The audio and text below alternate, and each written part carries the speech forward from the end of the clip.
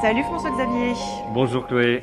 On est au centre culturel où tu as élu résidence depuis 7 mois Exactement. pour nous proposer une exposition dont tu vas nous parler aujourd'hui. Merci de nous recevoir. Merci à toi, merci. Venez vite voir l'exposition qui s'appelle Ce qui brûle doucement.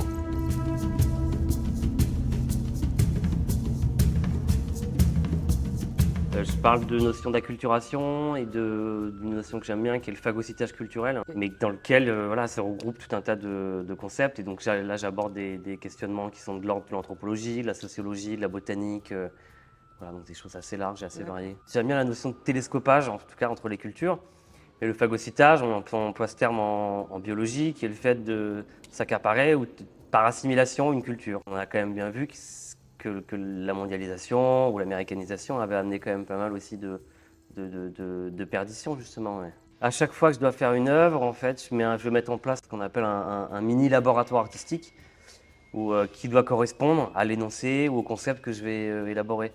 Donc pour certaines idées, la sculpture sera plus appropriée, aura peut-être plus d'impact, ou à contrario, aura peut-être que le dessin sera le plus porteur. Après, moi, j'aime bien découvrir les médias, j'aime bien comprendre aussi comment fonctionnent les choses. J'ai besoin de faire de la porcelaine, du métal, du bois, de la vidéo, encore une fois.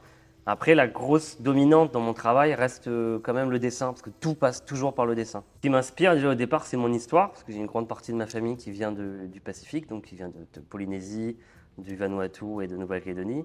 Et moi, je suis né à Tours, et donc j'ai grandi avec cette double culture qui était omniprésente chez moi.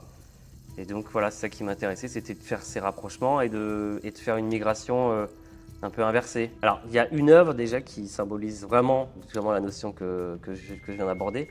C'est une pièce qui est assez simple au départ, justement, je parlais de laboratoire artistique. C'est-à-dire que j'étais intrigué par le phénomène de retrait dû à la porcelaine, de retrait dû à la cuisson. Donc j'ai voulu le mesurer de manière empirique. Donc j'ai moulé un poids de 1 kg en fonte comme référent de taille et de volume. D'accord ? Donc là, on a vraiment le retrait qu'on peut constater, que tout le monde peut constater. Et à partir de ce principe, j'ai commandé à une céramiste, je lui ai commandé de reproduire un objet traditionnel kanak, donc une hache au stançoir, avec lequel j'ai grandi justement en France. Et je lui ai demandé de la reproduire autant de fois que possible, jusqu'à sa propre disparition. D'accord ?